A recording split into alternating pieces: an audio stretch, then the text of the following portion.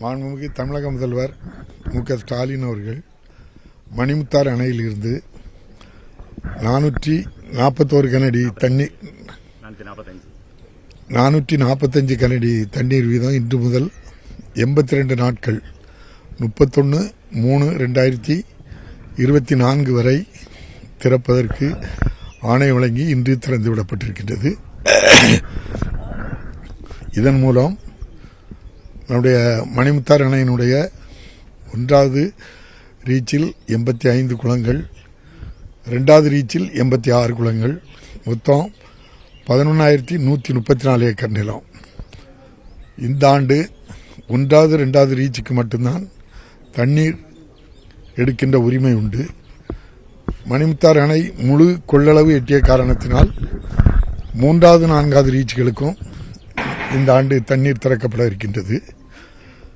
3வது ரீச்சில் 97 குளம், 4வது ரீச்சில் 79 குளம், மொத்தத்தில் 12,018 ஏக்கர் நிலப்பரப்பு, மொத்தம் 347 குளம், 23,152 ஏக்கர் நிலப்பரப்பு இதன் மூலம் பயன்பெறும்.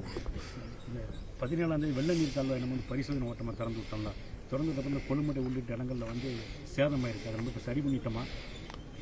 அதாவது கடுமையான வெள்ளம் 17-18 உங்களுக்கு தெரியும். 17ஆம் தேதி அந்த வெள்ளக்கால் திறப்பதற்கு மாண்புமிகு தமிழக முதல்வர் அவர்கள் வெள்ளோட்டம் பார்ப்பதற்காக அனுமதி அளித்திருந்தார்கள். அதன் அடிப்படையில் அதில் தண்ணீர் திறக்கப்பட்டது.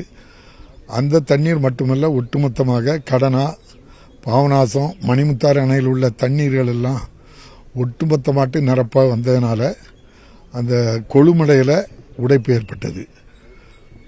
இன்னொரு சிறப்பு அம்சம் என்னன்னா, நம்முடைய மாவட்ட ஆட்சியர் பொதுப்பணித்துறை அதிகாரிகளை எல்லாம் அழைத்து சென்று பார்வையிட்ட பிறகு அவங்களுக்கு தெரிந்து கொண்டது என்னவென்றால், அந்த வெள்ளக்கால்வாயை திறந்து விட்டதின் பயனாகத்தான் அந்த ஊர் பாதுகாக்கப்பட்டது, இல்லை என்றால் ஊரே பாதிப்படைந்திருக்கும் என்று சொன்னார்கள்.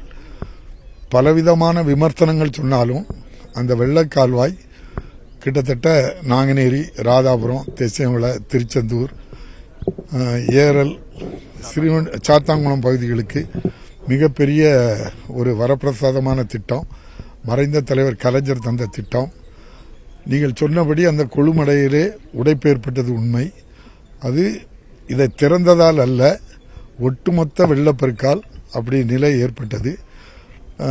நம்முடைய மாவட்ட ஆட்சியருடைய பொதுப்பணி நீர்வளத்துறை அதிகாரிகளுடைய பெருமுயற்சியினால் தற்போது அது அடைக்கப்பட்டிருக்கின்றது. தற்காலிகமாக, நிரந்தரமாக அதில் ரீட்டைன் வால் கட்டுவதற்கும் மதிப்பீடு தயார் பண்ணி அரசினுடைய ஒப்புதலுக்கு சென்றிருக்கின்றது. இது முழுமையாக அது சரி செய்யப்பட்ட காரணத்தினால் தற்காலிகமாக நேற்று முன்தினம் 1,200 கனஅடி தண்ணீர் அந்த வெள்ள கால்வாய்க்கு எடுக்கப்பட்டிருக்கின்றது.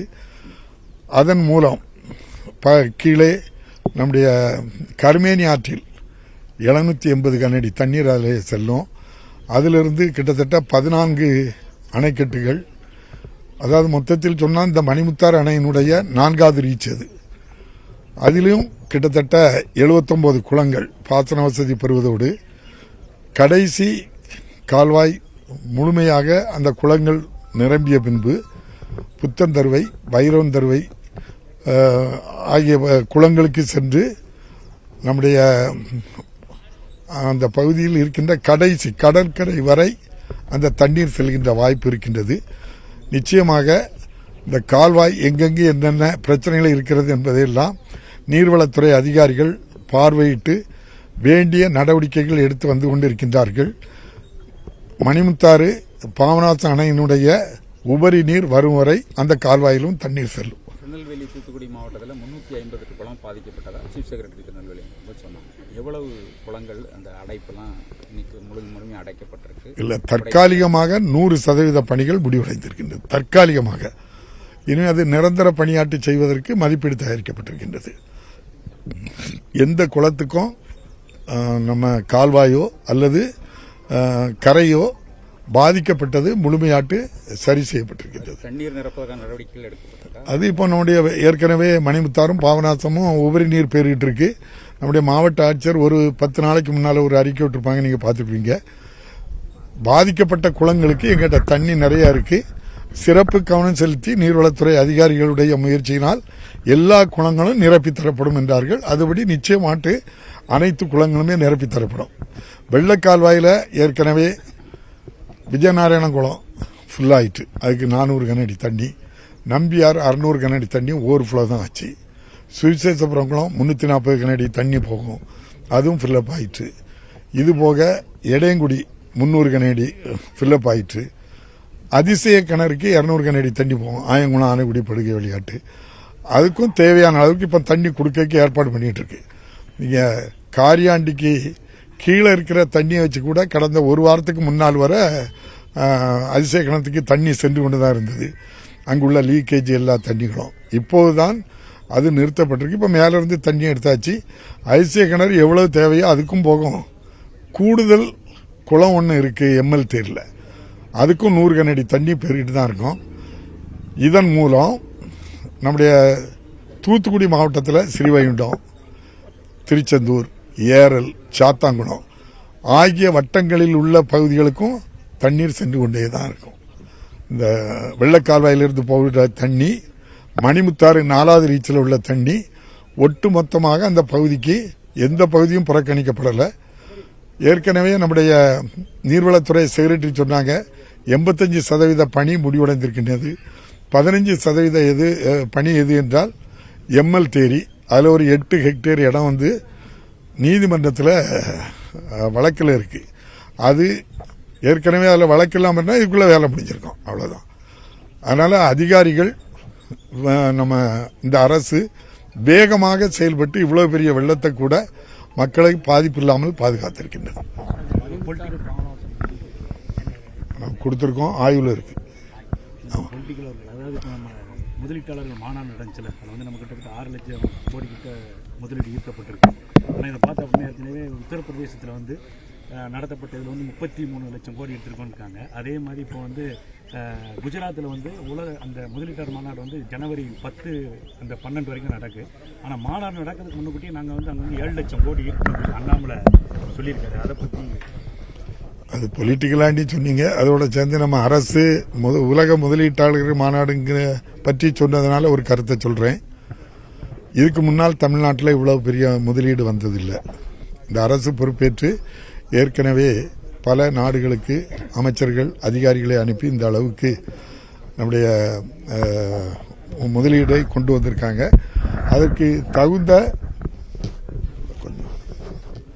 அதற்கு தேவையான அளவுக்கு அவர்கள் முயற்சி எடுத்த காரணத்தினால் இந்த அளவுக்கு மிக அதிகமாக நம்முடைய இந்த மாநாட்டின் மூலம் 6 லட்சத்துக்கு மேற்பட்ட முதலீடுகள் ஈர்க்கப்பட்டிருக்கின்றது.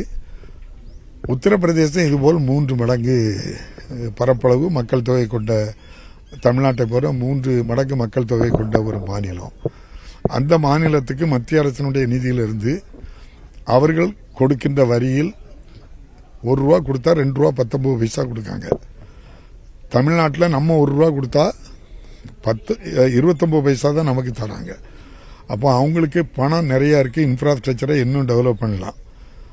நம்ம அந்த அளவுக்கு தன்னுடைய சொந்த வருவாயை வச்சுதான் நம்முடைய மாநில அரசு செயல்படுகிறது. இவ்வளவு பெரிய முயற்சியில இவ்வளவு பெரிய காரியத்தை பண்ணியிருக்காங்க.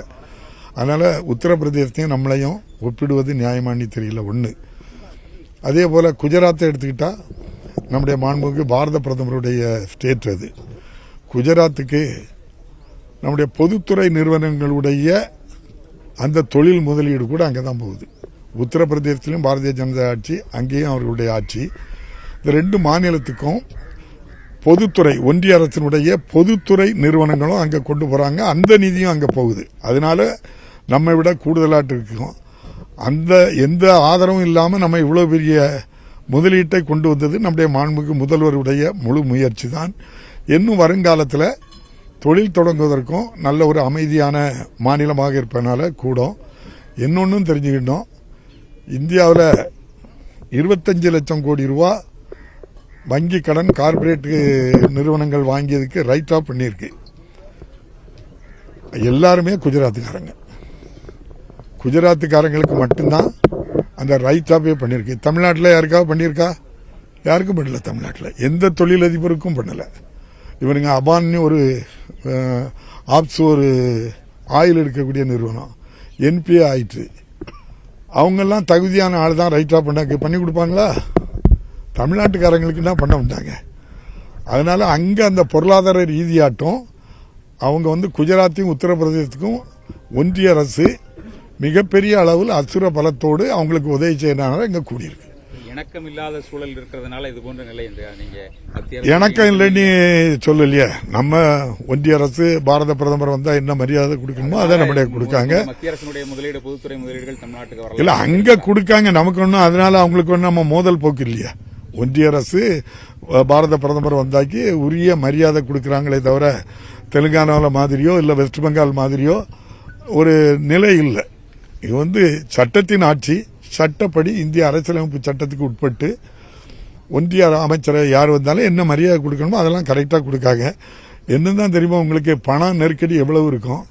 மிக்கி அந்த மெட்ராஸில் புயல், இங்க தென் மாவட்டத்தில் மழை, இதுல எவ்வளவு பாதிக்கப்பட்டவங்களுக்கு 6000 கொடுத்துருக்கோம், நிவாரணம் கொடுக்கிறோம், இப்போ பொங்கல் பரிசு கொடுக்கிறோம். இன்னும் ஒரு பைசா கூட யார் தரல, ஒன்றிய அரசுல இருந்து வாங்கல.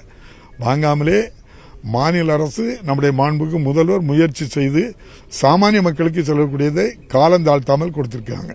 நன்றி.